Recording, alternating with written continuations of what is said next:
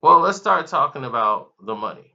You start talking about Jimmy Iovine, like something Jay Electronica brought up, the payola that's been going on with Jimmy Iovine and the actual real situation, what's been happening behind the scenes.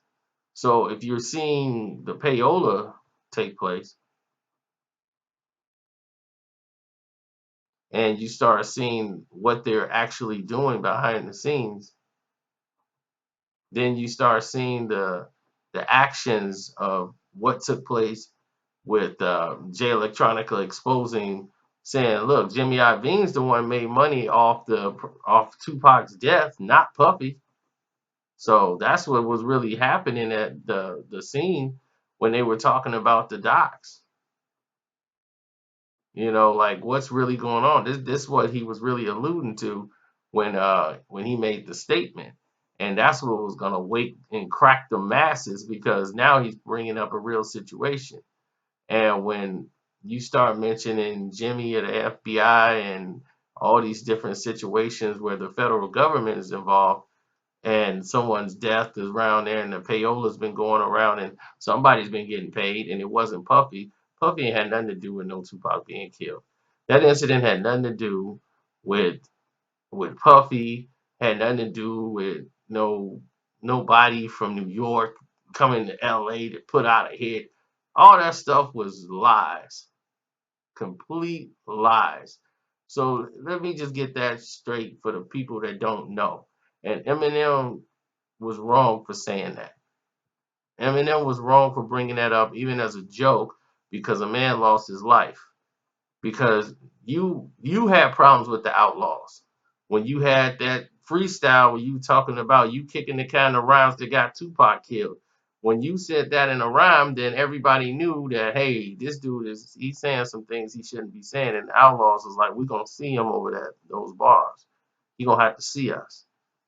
So they went and squashed it and did everything. A lot of people don't even know that had to go down. So when that situation took place, people were like, "Oh my God, like what happened?" Like with Eminem when he said that. Now you're insinuating it, and then talking about, "Oh, I was just playing." That's not something you play with, man. A man was murdered. It's an open murder investigation still. So when you insinuate that and you're kind of like co-signing what somebody else put on a video that was a complete lie with no evidence whatsoever, you knew what you were doing when you did it. So now that you put it out there, you're looking at a situation now where Puffy's life could be in danger. Now, something happened to Puff behind the scenes, behind of it. Who's at fault? You are, Slim Shady. You're the one that's at fault because you put that energy out there. You know what big of a platform you got. You're mad because you felt Puffy authorized it. It's all in your rhyme. You mention it like three different times in the rap. So if you mention it like three different times in the rap, then we get it. We understand what you're talking about. We know what you're doing. We know what's going on. We know what they're trying to say. We know what you're trying to do behind the scenes. So we get it. We know what you're trying to do. Okay, now you got everybody looking at Puff and want to bring that back up once everything was dying down because it was all lies anyway. So when you look at the bigger picture, you got to look at, oh, okay, here we go again.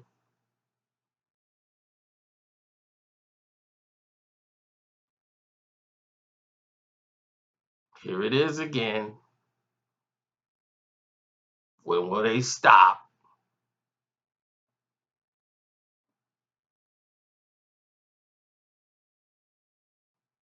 Jordan Lucas, no, and, and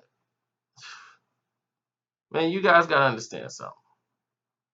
This stuff is it's a lot bigger than what you think. Puff wasn't asking for this. Puff didn't care about no Eminem and doing all this, and he was just like, do what you do. You know, Eminem you dissed him on a record, Em. So don't talk about Puffy. Yeah, you got the okay from Puffy. No, you dissed him on the record. Once you could have ignored this man and nothing would have come to it. Once you mentioned his names man and put his name in the rap, now you getting whooped on. Now you want to blame Puffy for it?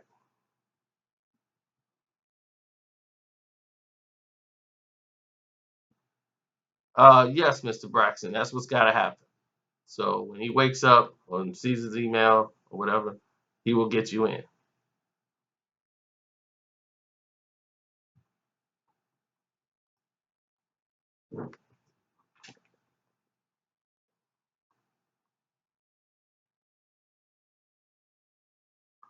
But that's the main problem. Puffy ain't gotta respond. He's too big to respond to that. You know, Puffy bigger than Eminem. A lot of you guys don't know. Puffy's bigger than him. Puffy is bigger than him in the business world. Eminem is not business oriented like that. He can't even run Shady Records. Puff is in the Forbes list every year. Puff, you think Puff is gonna risk killing Tupac? He make more money with Pac being alive. Puff was never on the I'm finna go kill somebody. That's not even his demeanor. He's not like that now. So to put that out there on him was just really that was really pathetic. I didn't like that line. Out of everything in there, I'm just like, ooh, that was bad. You shouldn't have said that. Because now, even though you're playing, a lot of people ain't gonna listen to the end and see that you saying, "Oh, well, he said he was just playing," but you don't play like that. You know, Puff hang out with very serious individuals too. You just don't play like that.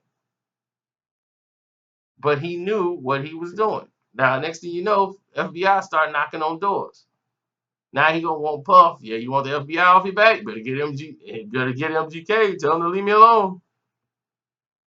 But is that the way a battle rapper's supposed to move? Doing things behind the scenes? Ain't this what exactly what MGK was talking about? Hmm? You basically confirmed in your interviews that he's banned from Shady 4-5. So you did do that.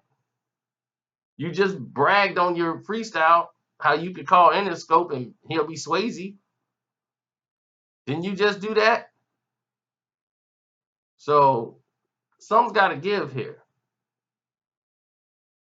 But the Puffy thing, that was over the line.